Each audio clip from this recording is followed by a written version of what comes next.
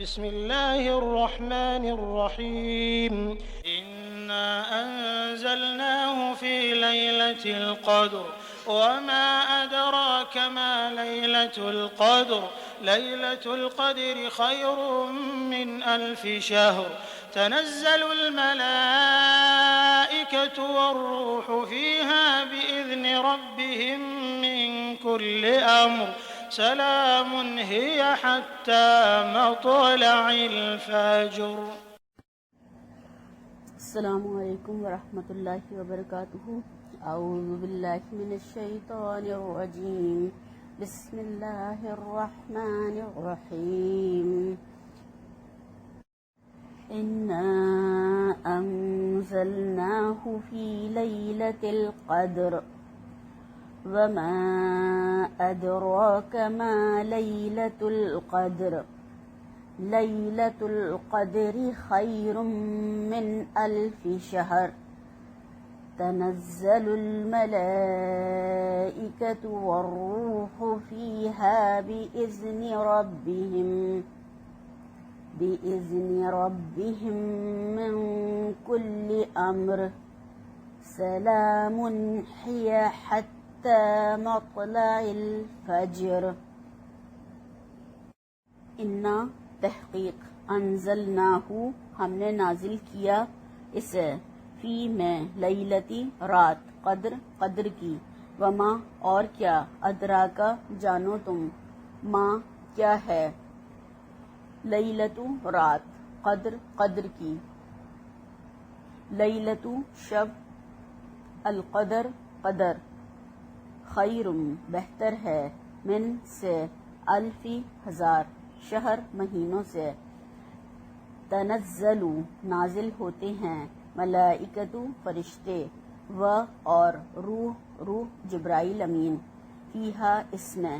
باذنی ساتھ حکم کے ربہم پروردگار اپنے من سے یا واسطے کل ہر امرن حکم یا کام کے سلام سلامتی ہے کیا یہ یا وہ حتی تک مطلع طلوع فجر تک. نحمدہ ونصلی علی رسولہ الکریم. رب اشرح لی صدری ویسر لی امری واحلل عقدۃ من لسانی یفقہوا قولی. اللہم ارنا الحق حقا وارزقنا اتباعہ وارنا الباطل باطلا وارزقنا اجتنابہ. آمین یا رب العالمین. الحمدللہ اللہ تعالیٰ کا بے حد شکر احسان ہے کہ آج ہم وہ سورت پڑھنے جا رہے ہیں کہ جو قرآن کی اہمیت کو واضح کرتی ہے اور اللہ تعالیٰ نے اس میں ہمیں بتایا کہ قرآن کو کب نازل کیا گیا. اس کے حوالے سے حضرت عائشہ اور ابن عباس کی ایک روایت ملتی ہے، ان کا ایک قول ملتا ہے کہ یہ سورہ مکہ میں نازل ہوئی. اور اس کا اگر ہم مضمون دیکھیں تو اس میں لوگوں کو قرآن کی قدر و قیمت اور اہمیت سے آگاہ کیا ہے اللہ تعالیٰ نے. اور جس طرح سے کہ ہم دیکھ رہے ہیں کہ قرآن کی ترتیب میں اس کو سورہ علق کے بعد رکھا گیا ہے، جیسے ہم نے ابھی اس سے پہلے سورہ علق پڑھی تھی کہ جس کی 5 ابتدائی آیات اللہ کے نبی صلی اللہ علیہ وسلم پر نازل ہوئی تھیں، تو اس کے بعد میں سورت کو رکھا گیا ہے. تو اس سے یہ معلوم ہوتا ہے کہ جس کتاب کا نزول سورہ علق کی 5 ابتدائی آیات سے ہوا تھا، اس کے متعلق اس سورہ میں لوگوں کو بتایا گیا ہے کہ وہ کس تقدیر ساز رات میں نازل ہوئی اور کیسی جلیل القدر کتاب ہے اور اس کا نزول کیا معنی رکھتا ہے. اور یہ ہم نے جیسے دیکھا کہ 1 رکوع ہے اس میں اور 5 آیات ہیں، اور اس کا نام القدر جو ہے، تو قدر بہت سارے معنی جو ہیں مفسرین نے کیے ہیں. اس کے معنی قدر و قیمت کے بھی ہیں اور عزت کے بھی ہیں، مقدار کے بھی ہیں، تقدیر کے بھی ہیں اور شرف کے بھی ہیں، اور اس کا ایک معنی تنگی کا بھی کیا گیا ہے. تو یہ وہ تقدیر ساز رات ہے جس میں کہ تقدیروں کے فیصلے کیے جاتے ہیں. تو یعنی یہ کوئی معمولی رات یا عام رات نہیں ہے. اور اس کتاب کا نزول محض ایک کتاب کا نزول نہیں ہے، بلکہ یہ وہ کام ہے جو صرف قریش یا عرب کے لوگوں کی نہیں بلکہ تمام دنیا کی تقدیروں کو بدل کر رکھ دے گا۔ دراصل یہ بتانا مقصود ہے، یا پھر اس سے کفار کو جو اس وقت جھٹلا رہے تھے، انکار کر رہے تھے، ان کو متنبہ کرنا مقصود ہے کہ تم اپنی نادانی سے اور جہالت سے محمد صلی اللہ علیہ وسلم کی پیش کی ہوئی اس کتاب کو، اس قرآن کریم کو اپنے لیے ایک مصیبت سمجھ رہے ہو اور اس کو کوس رہے ہو، اور یہ کیا کہہ رہے ہو کہ یہ کیا بلا ہمارے اوپر نازل ہو گئی ہے، حالانکہ جس رات کو اس کا نزول کا فیصلہ صادر کیا گیا وہ اتنی خیر و برکت کی رات تھی کہ کبھی انسانی تاریخ کے 1000 مہینوں میں بھی انسان کی بھلائی کے اور فلاح کے وہ کام نہیں ہوئے جو اس رات میں کر دیے گئے۔ اب اس کو تھوڑا سا آیتوں کے حوالے سے دیکھتے ہیں۔ اس میں اللہ تعالیٰ کا ارشاد ہے کہ انا انزلناہ فی لیلۃ القدر، ہم نے اس قرآن کو شب قدر میں نازل کیا ہے۔ اس میں اگر ہم دیکھیں انا انزلناہ میں شدت بھی ہے اور نسبت بھی ہے کہ ہم نے اسے نازل کیا ہے، اور یہاں پر یہ نہیں بتایا اس سے پہلے کہ کیا نازل کیا ہے، یعنی قرآن کا کوئی ذکر نہیں ہے، اس میں صرف اشارہ کیا گیا ہے۔ اور اس سے پہلے والی سورہ علق میں جو ہم نے پڑھا کہ قرآن کی جو 5 ابتدائی آیات نازل ہوئی، تو یہاں پر صرف بتایا کیا گیا ہے انا انزلناہ، ہم نے نازل کیا ہے، کیا نازل کیا یہ کچھ نہیں بتایا گیا۔ خود بخود اگر دیکھا جائے تو اس کا مفہوم نکلتا ہے اس سے مراد قرآن ہے۔ اور سورہ بقرہ میں جیسے کہ ہم پڑھتے ہیں، اللہ تعالیٰ کا ارشاد ہے شہر رمضان الذی انزل فیہ القرآن، رمضان وہ مہینہ ہے جس میں قرآن نازل کیا گیا، سورہ بقرہ آیت نمبر 185۔ تو اس سے یہ معلوم ہوا کہ وہ رات جس میں کہ پہلی مرتبہ اللہ تعالیٰ کا فرشتہ یعنی جبرائیل علیہ السلام غار حرا میں نبی کریم صلی اللہ علیہ وسلم کے پاس وحی لے کر آئے، اور وہ ماہ رمضان کی ایک رات تھی۔ اس رات کو یہاں پر شب قدر کہا گیا ہے، اور سورہ دخان میں اللہ تعالیٰ نے اسی کو مبارک رات فرمایا ہے، انا انزلناہ فی لیلۃ مبارکہ، کہ ہم نے اسے ایک بابرکت رات میں نازل کیا ہے، آیت نمبر 3۔ اور اس کے حوالے سے اگر ہم دیکھیں کہ مفسرین کرام نے جو اس کے بارے میں بتایا ہے قرآن نازل کرنے کے حوالے سے، اس کے 2 مطلب لیے گئے ہیں۔ ایک یہ، اور جو کہ ابن عباس کا قول ہے، کہ اس رات کو پورا قرآن حاملین وحی فرشتوں کے حوالے کر دیا گیا، اور پھر واقعات اور حالات کے مطابق وقتاً فوقتاً، یعنی جس طریقے کی ضرورت اور جیسے حالات تھے، تو 23 سال کے دوران میں جبرائیل علیہ السلام اللہ تعالیٰ کے حکم سے ان آیات کو، ان صورتوں کو، اور جو بھی اس کی مناسبت سے تھیں تو وہ نازل کرتے رہے۔ اور اس کا یہ مطلب ابن عباس جو ہیں رضی اللہ تعالیٰ عنہ انہوں نے بیان کیا ہے، جو کہ مفسر قرآن ہیں۔ پھر ایک اور جو دوسرا ابن جریر اور امام شعبی کا قول ملتا ہے کہ یہ قرآن کے نزول کی ابتدا اس رات سے ہوئی۔ دونوں قوال کے اگر حوالے سے ہم دیکھیں تو رسول اللہ صلی اللہ علیہ وسلم پر قرآن کے نزول کا سلسلہ اسی رات سے شروع ہوا، اور یہی وہ رات تھی جس میں کہ سورہ علق کی 5 آیات اللہ کے نبی صلی اللہ علیہ وسلم پر جبرائیل علیہ السلام کے ذریعے نازل کی گئیں۔ اور قدر کے معنی بعض مفسرین نے تقدیر کے لیے ہیں، یعنی یہ وہ رات ہے جس میں اللہ تعالیٰ تقدیر کے فیصلے نافذ فرماتے ہیں اور فرشتوں کے سپرد کر دیتے ہیں۔ اور اس کی تائید سورہ دخان میں بھی ہوتی ہے، اللہ تعالیٰ کا اس میں ارشاد ہے فیہا یفرق کل امر حکیم، اس رات میں ہر معاملے کا حکیمانہ فیصلہ صادر کر دیا جاتا ہے، آیت نمبر 5۔ اور اسی کے حوالے سے امام زہری کا قول ملتا ہے کہ وہ کہتے ہیں قدر کے معنی عظمت اور شرف کے ہیں، یعنی وہ بڑی عظمت والی رات ہے۔ اور اسی سورہ میں ہمیں اس کی تائید بھی ملتی ہے کہ اس میں اللہ تعالیٰ نے فرمایا کہ شب قدر 1000 مہینوں سے زیادہ بہتر ہے، یعنی یہ عظمت اور شرف والی رات بھی ہے۔ اب یہ دیکھنا یہ ہے کہ یہ کون سی رات ہے، اس کے حوالے سے جو احادیث میں ہمیں معلوم ہوتا ہے تو اس میں اختلاف ہے، اور تقریباً 40 مختلف اقوال اس کے حوالے سے ملتے ہیں، لیکن علماء امت کی بڑی اکثریت یہ رائے رکھتی ہے کہ رمضان کی آخری 10 تاریخوں میں سے کوئی ایک رات شب قدر ہوتی ہے، اور اس میں بھی زیادہ تر لوگوں کی رائے یہ ہے کہ وہ 27ویں شب ہوتی ہے، مگر اس معاملے میں جو معتبر احادیث منقول ہیں ان کو ہم دیکھتے ہیں انشاءاللہ تعالی۔ ابو ہریرہ رضی اللہ تعالیٰ عنہ کی روایت ہے کہ رسول اللہ صلی اللہ علیہ وسلم نے لیلۃ القدر کے بارے میں فرمایا کہ وہ 27ویں یا 29ویں رات ہے۔ یہ ابو داود کی روایت ہے، اور دوسری روایت جو ہے مسند احمد کی ہے، اور حضرت ابو ہریرہ رضی اللہ تعالیٰ عنہ اس کے راوی ہیں، کہتے ہیں کہ آپ صلی اللہ علیہ وسلم نے فرمایا کہ وہ رمضان کی آخری رات ہے۔ مسند احمد کی ایک روایت ملتی ہے حضرت عبادہ بن صامت کی کہ رسول اللہ صلی اللہ علیہ وسلم نے فرمایا کہ شب قدر رمضان کی آخری 10 راتوں میں سے طاق رات ہے، 21ویں یا 23ویں یا 25ویں یا 27ویں یا 29ویں یا آخری۔ بخاری کی ایک روایت ملتی ہے، حضرت عبداللہ بن عباس کہتے ہیں کہ رسول اللہ صلی اللہ علیہ وسلم نے فرمایا کہ اسے رمضان کی آخری 10 راتوں میں تلاش کرو، جبکہ مہینہ ختم ہونے میں 9 دن باقی ہوں یا 7 دن باقی ہوں یا 5 دن باقی ہوں،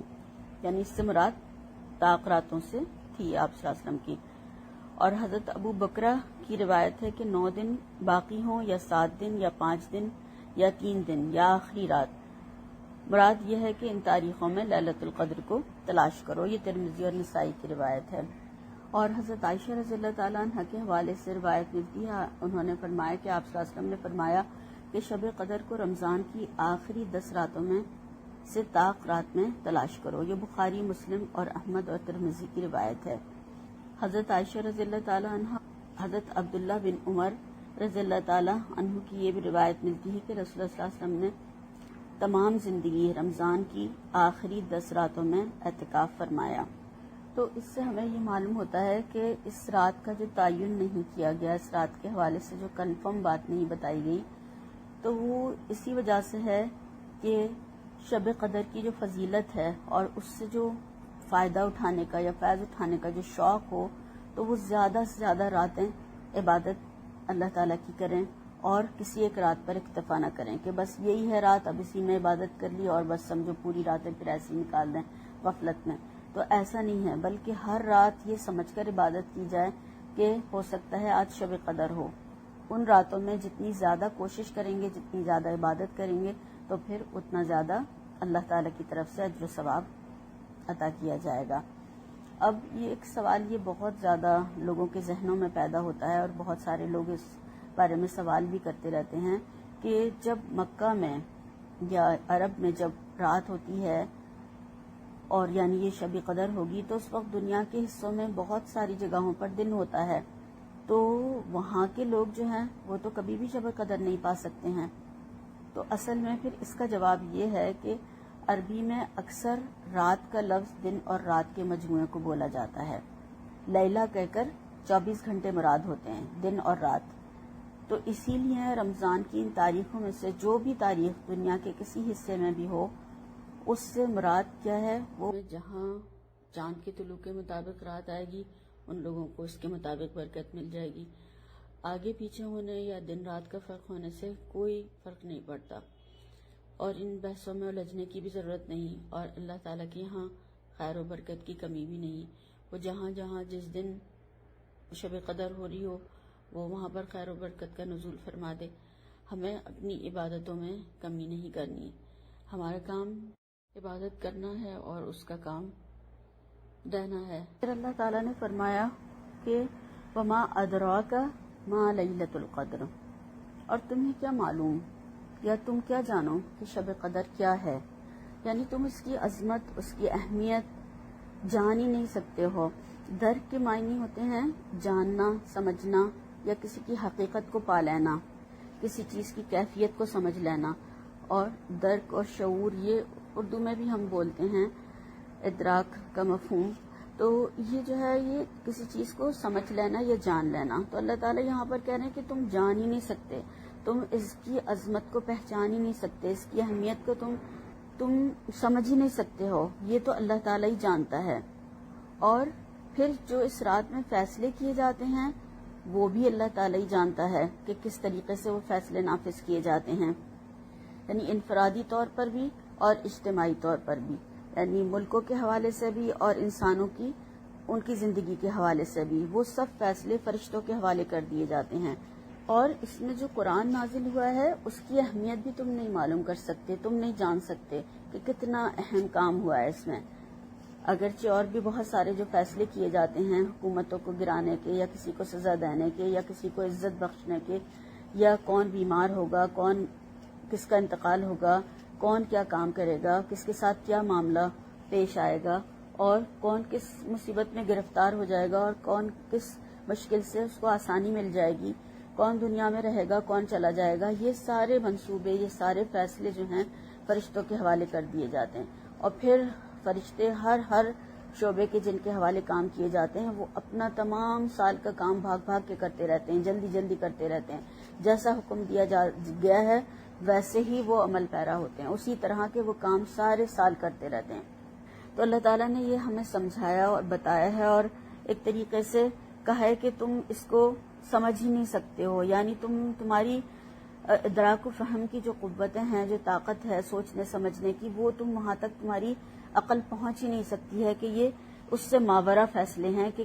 کیا ہوتا ہے، کیسے ہوتا ہے، کس طرح کیا جاتا ہے، اور کیسے یہ تمام منصوبے فرشتوں کے حوالے ہوتے ہیں. تم اس کے بارے میں جان ہی نہیں سکتے ہو، اور نہ تم اس قرآن کی جو کس طریقے سے نازل کیا گیا، نہ اس کو دونوں مفہوم آ سکتے ہیں کہ اس کو بھی نہیں تم سمجھ سکتے ہو. پھر اللہ تعالیٰ آگے خود ہی فرما رہے ہیں لیلۃ القدر، شب قدر. کیا ہے شب قدر؟ خیر من الف شہر، یہ تو 1000 مہینوں سے بہتر ہے. یعنی خود ہی اللہ تعالیٰ نے پھر جواب بھی دیا ہے کہ پہلے پوچھا میں لیلۃ القدر کیا ہے، تم نہیں جان سکتے، پھر کہا لیلۃ القدر یہ تو وہ ہے جو 1000 مہینوں سے بہتر ہے. خود ہی اللہ تعالیٰ نے جواب دے دیا کہ یہ 1000 مہینوں سے بہتر ہے. اور مفسرین کرام نے جو اس کے معنی بیان کیے ہیں وہ یہی کہ اس رات کا جو نیک عمل ہے وہ 1000 مہینوں کے نیک عمل سے بہتر ہے، افضل ہے. اور آپ صلی اللہ علیہ وسلم نے بھی اس رات کے عمل کی جو فضیلت بیان فرمائی ہے، تو بخاری اور مسلم کی ایک روایت ہے کہ حضرت ابو ہریرہ رضی اللہ تعالیٰ عنہ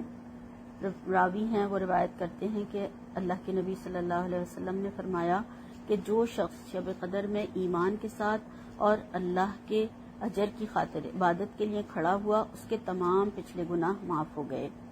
یعنی جو شخص اخلاص نیت کے ساتھ خالص اللہ کے لیے عبادت کرتے ہوئے اگر اس رات میں کھڑا ہوا، اس نے عبادت کی، تو اس کے تمام پچھلے گناہ معاف کر دیے جاتے ہیں. سبحان اللہ. پھر ایک اور روایت ملتی ہے، مسند احمد کی ہے، اور حضرت عبادہ بن صامت رضی اللہ تعالیٰ عنہ اس کے راوی ہیں. وہ کہتے ہیں آپ صلی اللہ علیہ وسلم نے فرمایا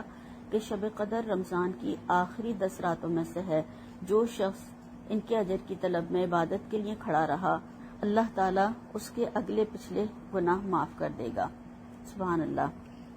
اور یہاں پر ہم دیکھیں کہ شب قدر میں جو عمل کرنا ہے وہ 1000 مہینوں کے عمل کرنے سے بہتر نہیں کہا گیا، بلکہ یہ کہا گیا ہے کہ شب قدر 1000 مہینوں سے بہتر ہے. اگر ہم 1000 مہینے کو کاؤنٹ کریں تو 83 سال اور 4 مہینے بنتے ہیں. تو یہ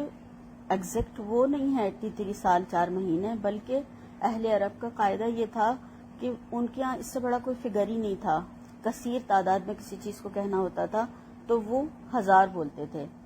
یعنی وہ بڑی کثیر تعداد بتانے کے لیے 1000 کا لفظ بولتے تھے، الف بولتے تھے. وہ ابھی بھی ہم دیکھتے ہیں کہ جب بہت خوش ہوتے ہیں یا کسی کو بہت مبارک بات دیتے ہیں کسی خوشی کے موقع پر،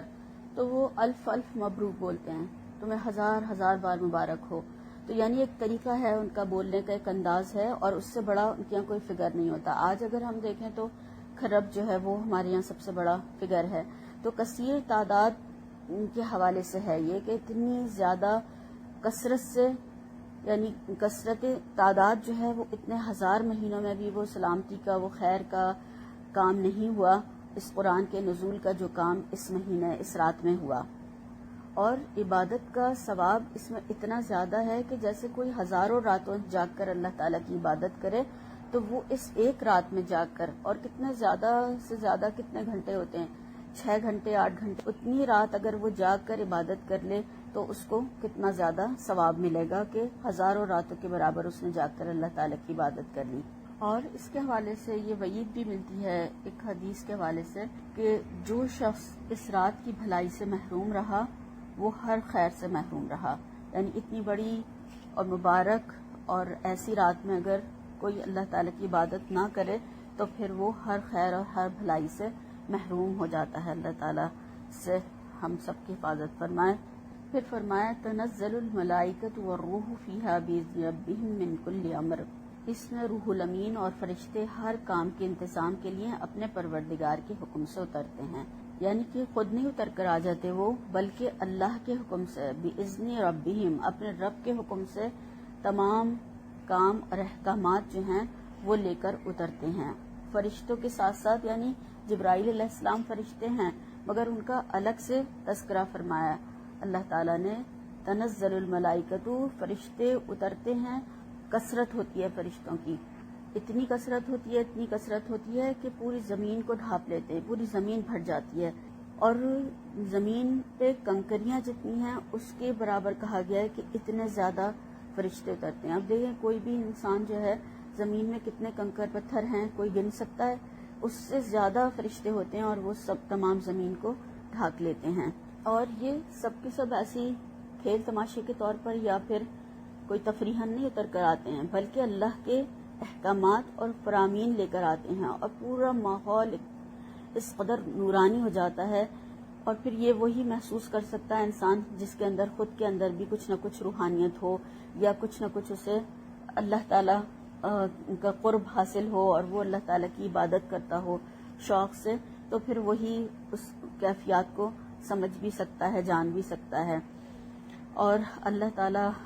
ہم سب کو شب قدر پانے والوں میں شامل فرمائے کہ اس سے کتنا زیادہ اجر و ثواب انشاءاللہ تعالیٰ اس انسان کو مل جائے گا۔ کہ ویسے ہماری زندگی کتنی ہے، اتنا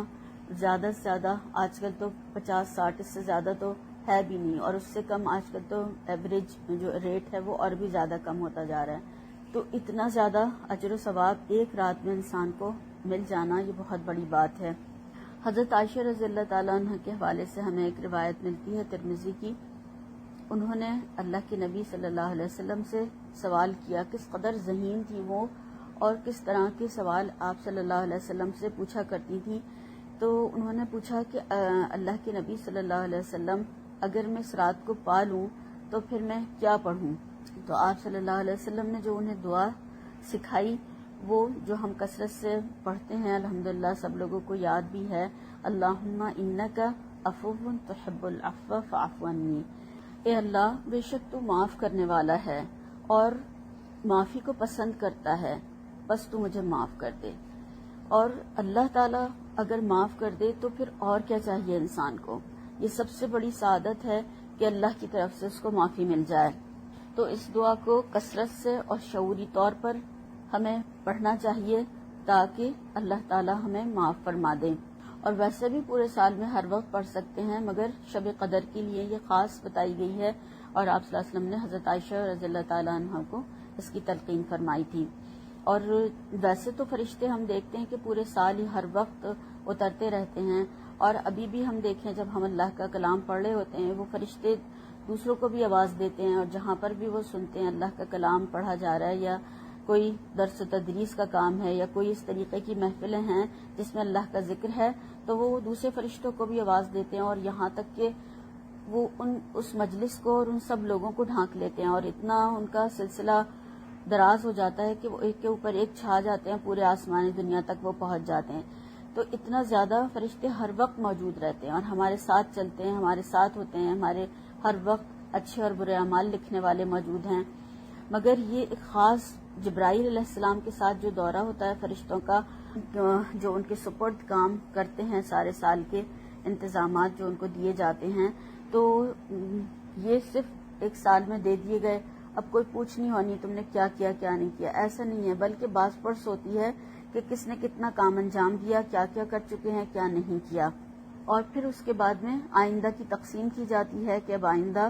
سال میں کیا کیا کس کے ساتھ کیا ہونا ہے، اور یہ سب کچھ جبرائیل علیہ السلام کی قیادت میں تمام امور انجام دیے جاتے ہیں۔ پھر فرمایا سلام ہی حتی مطلع الفجر، کہ یہ رات طلوع صبح یعنی طلوع فجر تک امان اور سلامتی کی ہے، یعنی سراسر سلامتی ہے فجر ہونے تک، یعنی یہ رات شام سے لے کر یعنی مغرب ہوتی ہے، مغرب سے لے کر صبح تک طلوع فجر تک پوری رات خیر ہی خیر ہے، ہر شر اور ہر فتنہ سے پاک، سلامتی ہی سلامتی والی، ہر طرف سلامتی ہی سلامتی ہے، اور اس کا یہ معنی بھی کیا گیا ہے کہ فرشتے بھی عبادت کرنے والوں کو سلام کرتے ہیں آ کر، اور ان سے مصافحہ بھی کرتے ہیں، اور ان کے ساتھ رات گزارتے ہیں، دعائیں کرتے ہیں، ساری رات عبادت کرنے والوں کے لیے، اور جو دعاؤں میں مشغول ہوتے ہیں، عبادت کر رہے ہوتے ہیں، ان کے لیے وہ بھی دعا کرتے ہیں، ان کو سلامتی کی دعائیں کرتے ہیں، ان کے لیے ان کو اللہ تعالی کی طرف سے ان کے اوپر پکڑ نہ ہو اور انہیں معاف کر دے، ان کے لیے دعائیں کرتے ہیں۔ پھر ایک اور جو اس کا یہ مفہوم اس میں یہ بھی بتایا گیا کہ کسی قوم پر جب عذاب کا فیصلہ ہوتا ہے تو وہ اس رات میں سلامتی کیسے ہو سکتا ہے، جبکہ کہا گیا ہے کہ یہ رات تو پوری سلامتی ہے۔ تو اس میں اس کا مفہوم یہ بتایا گیا اس کے بارے میں کہ اس رات میں